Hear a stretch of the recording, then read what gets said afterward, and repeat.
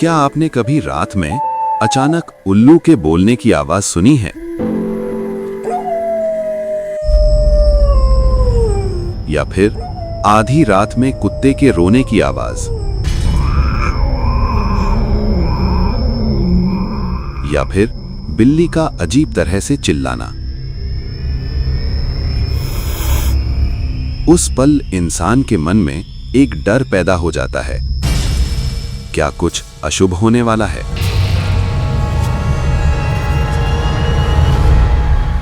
नमस्कार दोस्तों, आज के इस वीडियो में हम जानेंगे आखिर कुछ जीवों की आवाजों को अशुभ क्यों कहा जाता है। क्या ये सिर्फ अंधविश्वास हैं या इसके पीछे गहरा विज्ञान और प्राकृतिक नियम छिपे हैं? चलिए शुरुआत करते हैं। दोस्तों, प्रकृति कभी भी बिना कारण कुछ नहीं करती। विज्ञान कहता है कुछ पशु और पक्षियों की सुनने की शक्ति, सूंघने की शक्ति और कंपन महसूस करने की शक्ति इंसानों से कई गुना अधिक तेज होती है। उदाहरण के लिए कुत्ता जमीन के बेहद सूक्ष्म कंपन को भी महसूस कर सकता है। उल्लू अंधेरे में भी किसी अनजान शक्ति, खतरे या हलचल को पहले ही महसूस कर लेता है।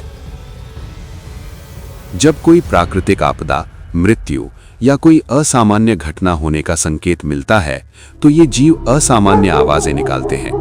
वही आवाज इंसानों को डराती है और धीरे धीरे उसी आवाज को अशुभ मान लिया जाता है।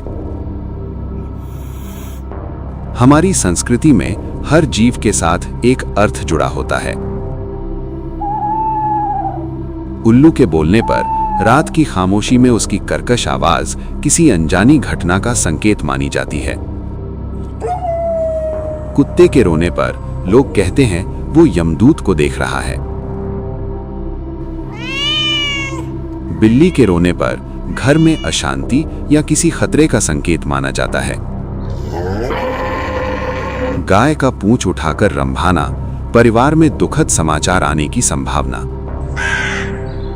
कौवे का कर्कश आवाज में बोलना मेहमान या किसी समाचार के आने का संकेत।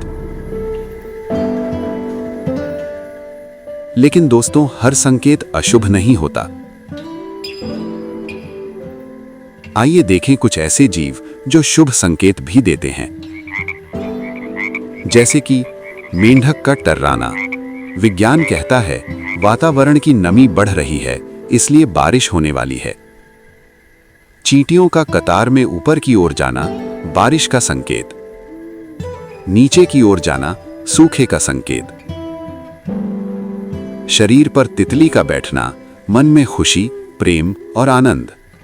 शरीर पर बुढ़ियानी चढ़ना नए कपड़े या उपहार मिलने का संकेत। ये सब प्रकृति की भाषा है। यहां एक बहुत महत्वपूर्ण वैज्ञानिक सत्य है। मेडिकल रिसर्च के अनुसार गर्भ में पल रहा बच्चा 6 महीने के बाद आवाजें सुन सकता है। इसीलिए हमारे शास्त्र कहते हैं गर्भावस्था के दौरान अच्छी बातें करें, अच्छा संगीत सुने और अच्छे विचार रखें। महाभारत के अभिमन्यु मां सुभद्रा के गर्भ में रहते हुए चक्रव्यूह भेदन की विद्या सीख चुके थे। ये कोई कहानी नहीं, ये मनोविज्ञान और ध्वनि विज्ञान का उदाहरण है। दोस्तों, जीवों की आवाजों को डर की नजर से नहीं, समझने की नजर से देखिए। प्रकृति हमें हमेशा संकेत देती रहती है, बस हमें सुनना सीखना है।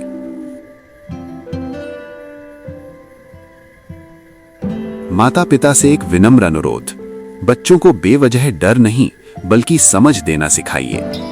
अगर इस वीडियो से आपको कुछ नया जानने को मिला हो तो लाइक करें, शेयर करें और चैनल को सब्सक्राइब करें। मैं फिर लौटूंगा एक नए और रोमांचक विषय के साथ। धन्यवाद।